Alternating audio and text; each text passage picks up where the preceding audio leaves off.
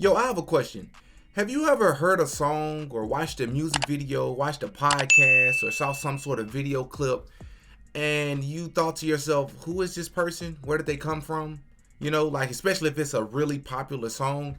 I know I'm not the only person that's felt that way. I've heard a song somewhere, or I saw somebody on a podcast being interviewed, or maybe they're interviewing somebody else, and I thought, who is this person and how did they get there? You know, I've just thought stuff like that, and I feel like in this world when we're so busy and we got so many other moving parts in our life, sometimes some things just don't really register with us, and we just kind of group it in with everything else instead of questioning what's happening right there in front of us, especially young people, right?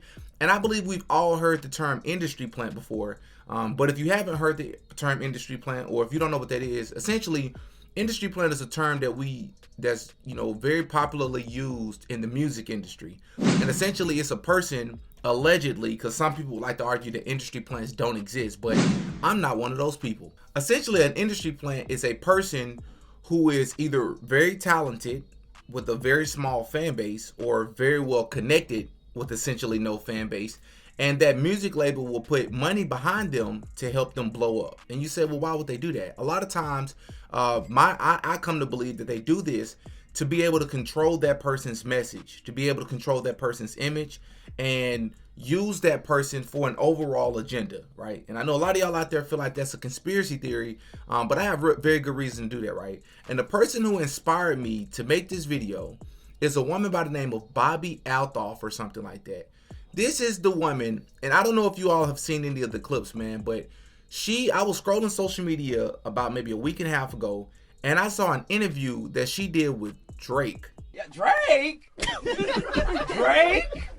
Drake. Like the biggest artist in hip hop and one of the biggest artists in the world. We start? When do we start? Yeah, now.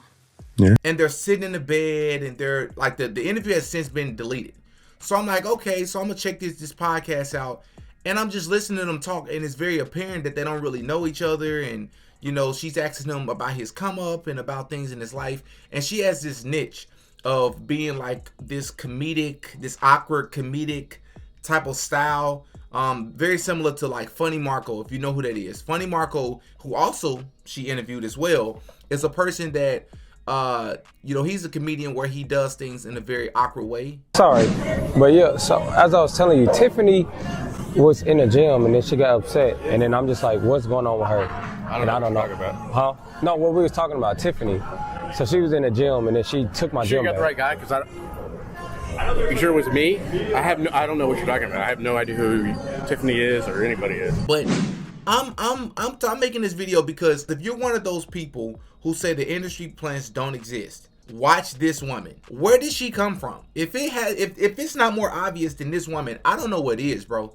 First of all, respectfully, she has no talent. She has no skills. If you look up her background and her story, you hear that like she talks about how she was on TikTok and she was a single mom or something, like, or she was a mom and she posts TikToks. So your rise to fame, you were doing mom TikTok stuff. How big were you on that? I think I got to like 3.4 million followers. And then you get Drake, so everyone's like, you're a plant. Yeah. The fascination for the general public to you seemingly just came out of nowhere with gigantic guests. How did you get these humongous people so quickly? I kept shooting my shot. I used to pay my guests to come on my podcast, but so many people didn't want to do it at first because I was nothing. I put a TikTok out and I was like, I'll give $300 to anyone, tag someone, and you get them to do it. I was just trying to bait people to give me guests. It worked, and I got this comedian, Rick Blossman. I think that's what led to Funny Marco. My video with Marco went very viral. Then Drake liked one of the videos and he followed me. Marco called me and he was like, look who just followed you. And I was like, oh my God, why would he follow me? He's like, he liked the video. And I was like, I'm gonna shoot my shot to Drake. I thought the chance of him replying was like a 1%, and the chance of him saying yes was like, there's no way. I said, when are you gonna come on my podcast? He was ready to do it. I flew out there like I think 3 days later. You're the luckiest girl in the world.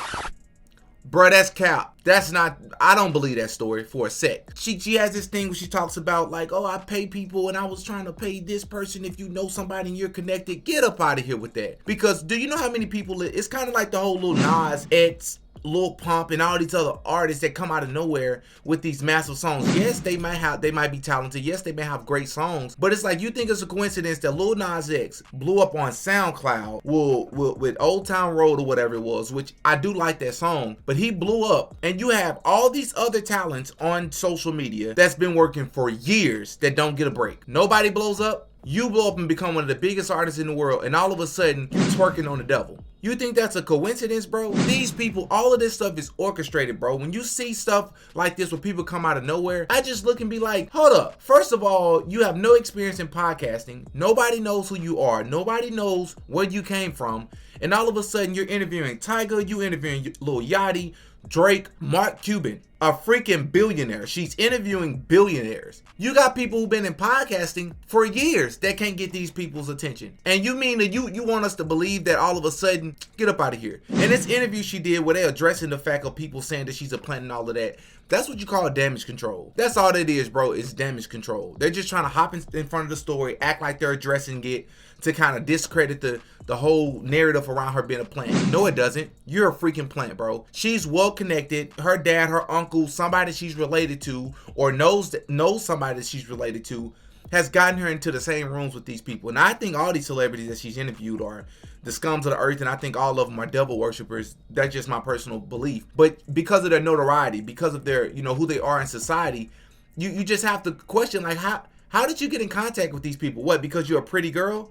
It's a lot of pretty girls that podcast that don't get the clout that you got. I mean, I think this woman gained like 598,000, almost 600,000 subscribers in a month. She has like over 20 million views on that channel. Like the Drake episode before it got deleted was like at 5.6 million views or something crazy. Psychologist. So, yeah, I probably struggle with psychology. Like, if that's not suspicious, I don't know what is, bro. Even DJ Academics talked about it. There's this woman that popped up. Her name is Bobbi Althoff, okay?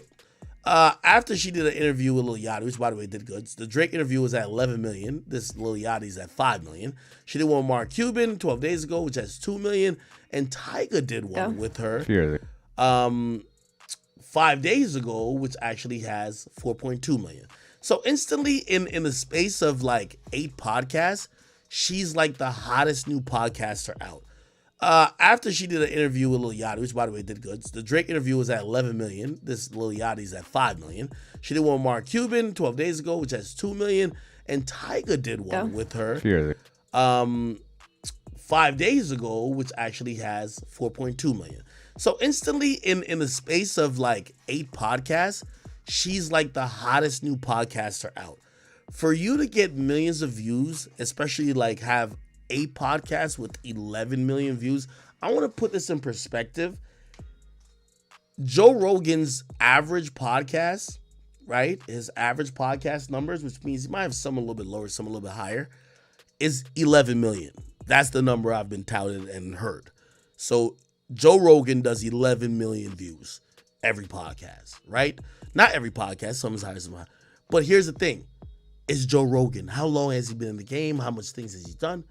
This woman comes out, and in 3 podcasts, she goes 500,000, 3.5 million, right? And then the Drake interview was at 11 or 12 million. That's like ridiculous, like crazy out the gate shit, right? And I think people have been wondering, is she a plant? Now, I'm going to be honest with you. Like, this is just my honest opinion. Bobbi Althoff is 100% a plant. And I believe he's one of those people that support the buffoonery that goes on, especially in the music industry. And he helps egg on and instigate a lot of the nonsense. So I'm not a big fan of him either, but the fact that he pointed it out says a lot as well. Like, but again, the point of this video is to say, man, y'all got to be careful and just be on point. I want y'all to be able to spot stuff like this, because when something seems suspicious, when your antennas strike up, you should listen to that. And it's just like, my whole purpose is I just wonder what they're going to use her for. Because for this woman to come out of nowhere and to get all this attention, and I mean, they got her on TikTok Reels, Instagram Reels, and Facebook Reels. I mean, she all over the place. And nobody knew you just a month ago. Huh? Y'all in the comment section, do y'all know what an industry plan is? What are y'all thoughts on industry plans? Do you think that there's, the elites are using these people? I just thought this was important to make because it irritated me. I really just wanted to vent because if it's never been so obvious, it's obvious now. Oh yeah, Diddy got a podcast.